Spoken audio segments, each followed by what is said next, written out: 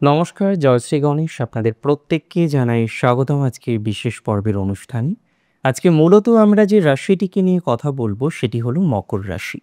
মকর রাশির জাতক জাতিকাদের দেবগুরু বৃহস্পতি এবং দৈত্যগুরু শুক্রের যে অবস্থান পরিবর্তন তার ইমপ্যাক্ট জীবনচক্রে ঠিক কিভাবে পড়তে চলেছে, কতটা পজিটিভ ইমপ্যাক্ট জীবনচক্রে আসবে, কোন কোন ক্ষেত্রে শুভ ইমপ্যাক্টগুলো আপনার জীবনচক্রে আসতে পারে, সেই বিষয়ে বিস্তারিত আলোচনা বা বিস্তারিত চর্চা আজকের অনুষ্ঠানের মাধ্যমে আমরা কিন্তু করার চেষ্টা করব। সবার প্রথমে আপনাদের বলি, মকরের ঠিক তৃতীয় ভাব হচ্ছে মীন রাশির ঘর, আর সেখানে অবস্থান করছেন শুক্র।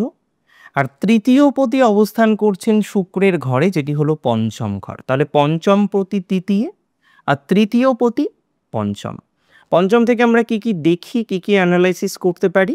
ক্রিয়েটিভিটি, একজন কতটা ক্রিয়েটিভ, তার সৃজনশীলতাকে সে কতটা জনসমক্ষে নিয়ে আসতে পারছে, তার সেই অ্যাবিলিটিকে আমরা ফিফথ হাউস থেকে জাজমেন্ট করার চেষ্টা করি। একজন কতটা রোম্যান্টিক, রোমান্সের জায়গাটা ঠিক কেমন, সেটা আমরা ফিফথ হাউস থেকে জাজমেন্ট করার চেষ্টা করি। আবার একজন কতটা ইন্টেলিজেন্ট, কতটা তার মধ্যে বুদ্ধিমত্তার বহিঃপ্রকাশ হয়েছে, সেই বিষয়টাও কিন্তু আমরা ফিফথ হাউস থেকে জাজমেন্ট করার চেষ্টা করি। এবং তার সাথে সাথে আমি আপনাকে একটা কথা বলতে চাই যে থার্ড হাউস থেকে আমরা অ্যানালাইসিস করি কমিউনিকেশন। কমিউনিকেশনের জায়গা, একজন স্কিল, সে কতটা স্কিলকে জেনারেট করতে পারছে, তার কতগুলো সিবলিংস আছে, কতটা সে শর্ট ট্রাভেল করতে পারবে, এই সমস্ত অ্যানালাইসিসগুলো আমরা থার্ড হাউস থেকে মূলত করি। একটা কথা সবার প্রথমে আপনাদেরকে বুঝতে হবে, বোঝার চেষ্টা করতে হবে যে এই কম্বিনেশন আপনাদের জন্য অতিমাত্রায় শুভ। বহু ক্ষেত্রে পজিটিভিটির বহিঃপ্রকাশের জায়গা ঘটতে পারে, বহু ক্ষেত্রে পজিটিভিটির বহিঃপ্রকাশের সম্ভাবনা আপনাদের জীবনচক্রে রয়েছে। এবং আমি খুব দায়িত্ব নিয়ে বলছি, যারা ক্রিয়েটিভ প্রজেক্টে যুক্ত রয়েছেন, ক্রিয়েটিভ কোনো পার্সন রয়েছেন, হয় না যে দেখবেন বিভিন্ন রকম অফিসে একটা ক্রিয়েটিভ আলাদা ডেস্ক থাকে, একটা প্রজেক্ট থাকে, একটা আলাদা ডিপার্টমেন্ট থাকে। যারা এই ধরনের ক্রিয়েটিভ কন্টেন্ট থেকে শুরু করে বিভিন্ন রকমের বিষয়ে যুক্ত রয়েছেন, তাদের পজিটিভিটির মাত্রাটা প্রচণ্ড পরিমাণে বৃদ্ধিপ্রাপ্ত হবে বলে মনে করছি। বিজনেস আইডিয়াস, নতুন নতুন ব্যবসা বা বাণিজ্যের যে ধারণা দরকার, যে আইডিয়া দরকার, সেই আইডিয়াগুলো অনেকটাই তৈরি হতে পারে বলে আমি অন্ততপক্ষে বিশ্বাস করি। ভেরি সিগনিফিকেন্ট নতুন বিজনেস আইডিয়াস আসার সম্ভাবনাটাও ডেভেলপড করবে। এবং যারা আর্টিস্ট রয়েছে, দেখুন আর্টিস্ট মানে শুধুমাত্র অঙ্কন তো নয়, যারা গান করেন, যারা সিনেমা তৈরি করেন, যারা ডিরেক্টর, যারা বিভিন্ন ধরনের কলাকুশলী বা নিজেরাই সিনেমা জগতের সাথে ডিরেক্টলি যুক্ত, যারা অ্যাক্টর্স রয়েছেন, তাদের ক্ষেত্রেও কিন্তু বিস্তর পজিটিভিটি এই কম্বিনেশনে বাড়বে।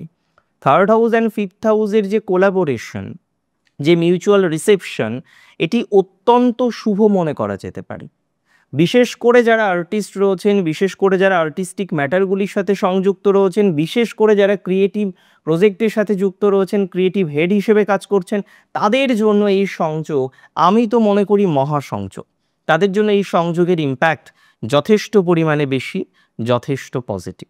এবং তার সাথে সাথে আমি মনে করি যারা ইনভেস্টমেন্ট করেন রেগুলারলি, অনেকেই আছেন তারা শেয়ার মার্কেট করেন, বিভিন্ন রকম সো অ্যান্ড সো ম্যাটারগুলির সাথে যুক্ত। দেখুন 7.5 বেরিয়ে যাওয়ার পর মকর রাশির এই ধরনের ইনভেস্টমেন্ট, মকর রাশির জন্য এই ধরনের ইনভেস্টমেন্ট ওরিয়েন্টেড ম্যাটারে কন্টিনিউ করা কিছুটা হলেও বেটার ফলাফল কিন্তু দিতে পারে বা দেবে বলে আমি অন্ততপক্ষে মনে করি।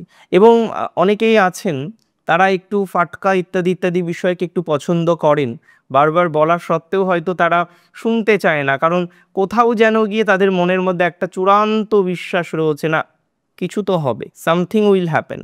দেখুন আমি এতটুকু আপনাদের বলতে পারি, যে সমস্ত জাতক জাতিকারা এই ধরনের পরিকল্পনাগুলো করে বসে আছেন, এই ধরনের চিন্তাভাবনাগুলো যাদের মধ্যে রয়েছে, তাদের কিছুটা ইমপ্রুভমেন্ট হওয়ার অবকাশ আমরা কিন্তু দেখতে পাচ্ছি। এটা নিয়ে কোনো ডাউট নেই, কোনো রকম সন্দেহ নেই। তাহলে আর্টিস্টিক বিষয়ে যেমন সাকসেস আছে, তেমন কিছুটা সাকসেস আছে ইনভেস্টমেন্ট ওরিয়েন্টেড বিষয়।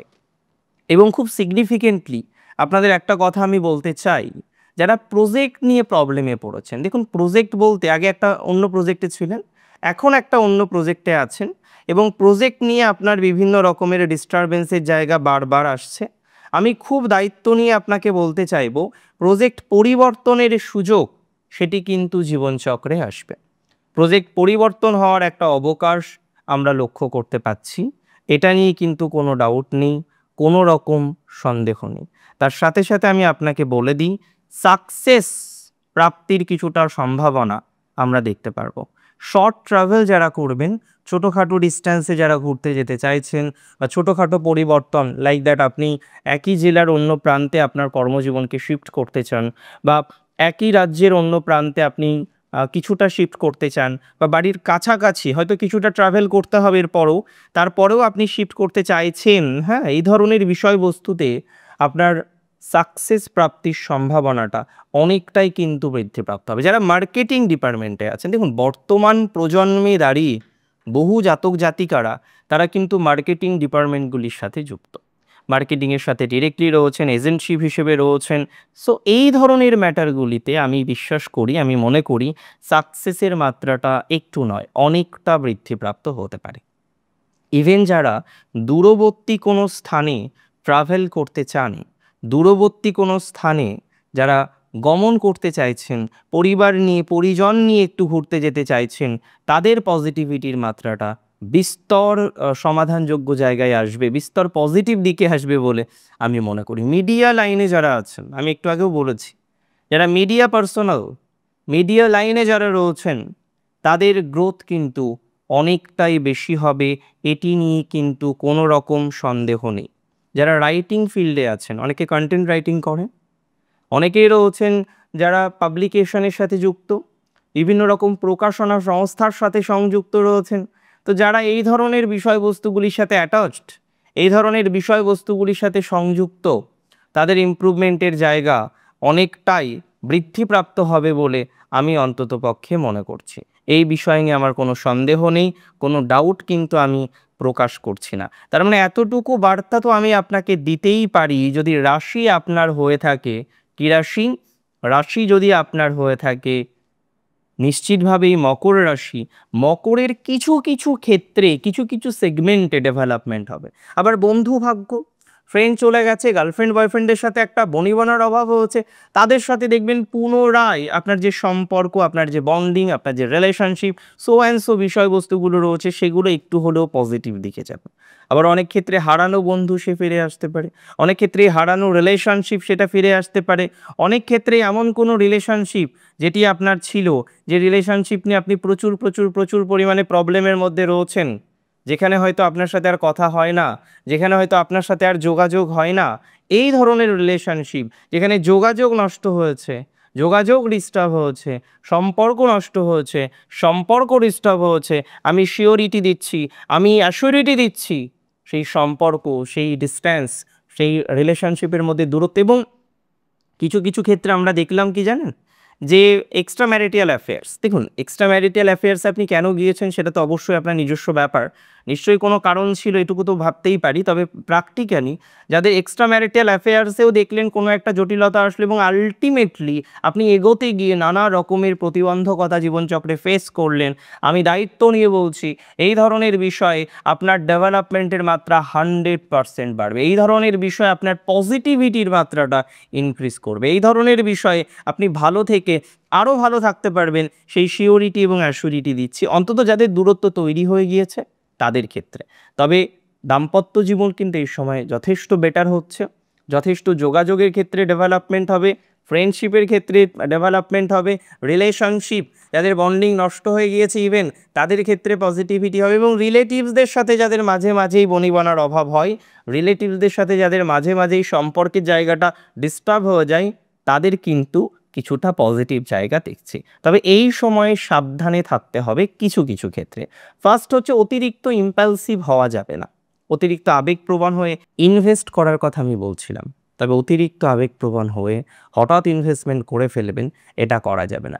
বিনা কারণে আপনার বয়ফ্রেন্ড বা গার্লফ্রেন্ডকে সাসপেক্ট করা যাবে না, হঠাৎ করেই মনে হলো সে অন্য রিলেশনশিপে চলে গেছে, আপনাকে বিভিন্ন রকমভাবে ঠকাচ্ছে, এতটা নেগেটিভ প্রাথমিক অবস্থায় না ভাবাই ভালো। যদি উপযুক্ত তথ্য প্রমাণ থাকে তখন ভাবা যেতে পারে। বাট শুধুমাত্র সন্দেহের বশবর্তী হয়ে কোনো ডিসিশন নেওয়া যাবে না, কোনো ভাবনা চিন্তা করা যাবে না, এটা কিন্তু অত্যন্ত ইম্পর্টেন্ট। এবং কোনো রকম ফাইন্যান্সের রিস্ক নেওয়া যাবে না। এই সময়ে যা প্রলোভন পাবেন, এই সময় যা যোগাযোগ পাবেন, আমি দায়িত্ব নিয়ে বলছি, বহু দিবস বহু সময় এরকম যোগাযোগ পাননি, বহু সময় বহু দিবস এ ধরনের কম্বিনেশন আপনার জীবনচক্র অন্তত আসেনি। তাই ইম্পালসিভ হওয়া যাবে না, ফাইন্যান্সিয়াল অতিরিক্ত রিস্ক নেওয়া যাবে না, আপনার প্রজ্ঞা আপনার জ্ঞানকে কাজে লাগাতে হবে।